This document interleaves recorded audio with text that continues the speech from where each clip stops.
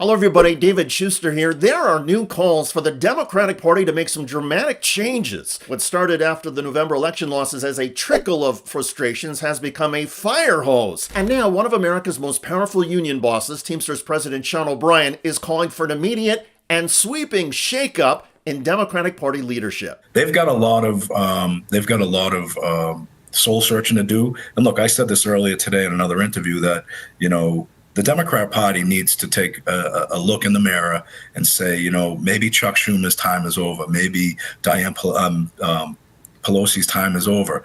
Let's figure out who's going to be the best for the party. And look, as an organization, we're always looking at how do we leave this organization better than we found it. I think that needs to be the focus. Look, we all have pensions for a reason. That's to use them and retire and enjoy your life. Maybe they should take a page out of Joe Biden's book and step aside. Use your pensions and retire, Nancy Pelosi and Chuck Schumer. The issue, in my view, is not the age of Pelosi, who was 84, or Schumer, who was 74, and it's not their appearance. The problem, according to many rank-and-file Democrats, is that the party leadership has ideas that are old or that seem to be a continuation of the status quo. Yes, Democratic leaders have talked about raising the minimum wage, closing the wealth gap, and expanding health care, but nothing dramatic has been done in 16 years. There hasn't been a serious legislative proposal or campaign for something big and ambitious like Medicare for all. Bernie Sanders is the only one who ever talks about it, and he is stifled by fellow Democrats. The minimum wage of $7.25 an hour has been stuck there for 15 years. And for all of the talk about making the wealthy and rich pay their share, Democratic leaders seem more worried about going against their Wall Street campaign donors than in taxing them. So the result is a Democratic Party that only seems to stand for protecting the progress that's already been made and taking incremental steps forward or changes at the margins. Here's an example. During the 2024 presidential campaign, Kamala Harris proposed expanding the business startup tax breaks from $5,000 to $50,000. Great idea, and it got support across the political spectrum. But is that the sort of idea that inspires a movement and brings new energy to the Democratic Party? The answer is no. And we saw that in the malaise that many voters felt towards Harris. Most voters viewed her and the Democratic Party as the party of the establishment and a continuation of the status quo. The argument was that Donald Trump is a threat to stability and democracy, but voters wanted change, and the Democrats, instead of promoting big changes, fell flat. The party had been warned that many working-class Americans and people living paycheck to paycheck didn't see much of a distinction between Democratic economic interests and Republicans. Here's prominent public intellectual Dr. Cornel West. Both parties stand in the way of the empowerment of poor and working peoples. Both parties tied Wall Street, militarism, Pentagon, tied to Silicon Valley. What about the 60% of precious Americans of all colors who are struggling every day and month to put food on the table and are hardly doing it, while the 1% is simply tied to their quests for the luxurious life?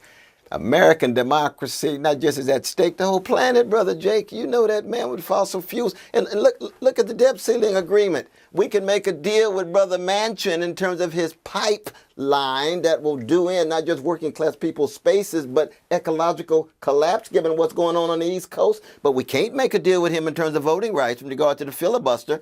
That's Brother Biden. We need something better. Where's the best of the country? The best of the country for many of us is when the United States takes on big, ambitious things. Things that seem impossible. Invading the beaches of Normandy and freeing an entire continent from tyranny. Putting a man on the moon. Curing diseases. Cultivating the world's greatest economy, finding and eliminating the planet's most notorious terrorists. America's biggest achievements are second to none, but the Democratic Party currently seems to stand for doing new things that are relatively small. And so, American voters, for the most part, have been left uninspired and are willing to take a chance on the huge changes that Donald Trump has promised. The answer gets to something that we heard from both Dr. Cornel West and from Teamsters President Sean O'Brien. Democrats need to retire the status quo leadership in the party, elevate younger, more dynamic voices, and promote the progressive legislative agenda big time. At a time when Americans across the political spectrum agree that our for-profit healthcare system is despicable and that the anger of an assassin is understandable, Democrats should be leading the calls for dramatic health insurance change. Democrats should put Medicare for all on the table. Don't just give Bernie Sanders a platform. Make Medicare for all a pillar of what the Democratic Party stands for. Introduce legislation, make it a daily topic of discussion and debate, and reclaim the Democratic Party's mantle as the party that wants to make life better for all Americans, not just the wealthiest few. And by the way, polls show that more than 65% of Americans support universal health care. Even a majority of Republicans support Medicare for all. So embracing it is not a huge political risk. It just risks turning off some of the Democratic Party's mega donors from the health care insurance industry. But the Democratic Party has to make a choice. Continue being beholden to rich and powerful corporate interests and keep losing ordinary Americans, or stand for things that are inspiring and dramatic, create a new enthusiastic political movement, and reinvigorate the Democratic Party. In my view, the choice is easy and clear, but the political establishment in America is tough to dislodge. And there are some Democrats who will privately tell you they would rather have Donald Trump in the White House than lose the Democratic Party mega donors. Money talks, and it is hard to defeat. But Democratic Party election defeats will keep coming, and so much progress that's been made in recent decades will be lost if the Democratic Party does not change. I'm David Schuster. Thanks for joining us.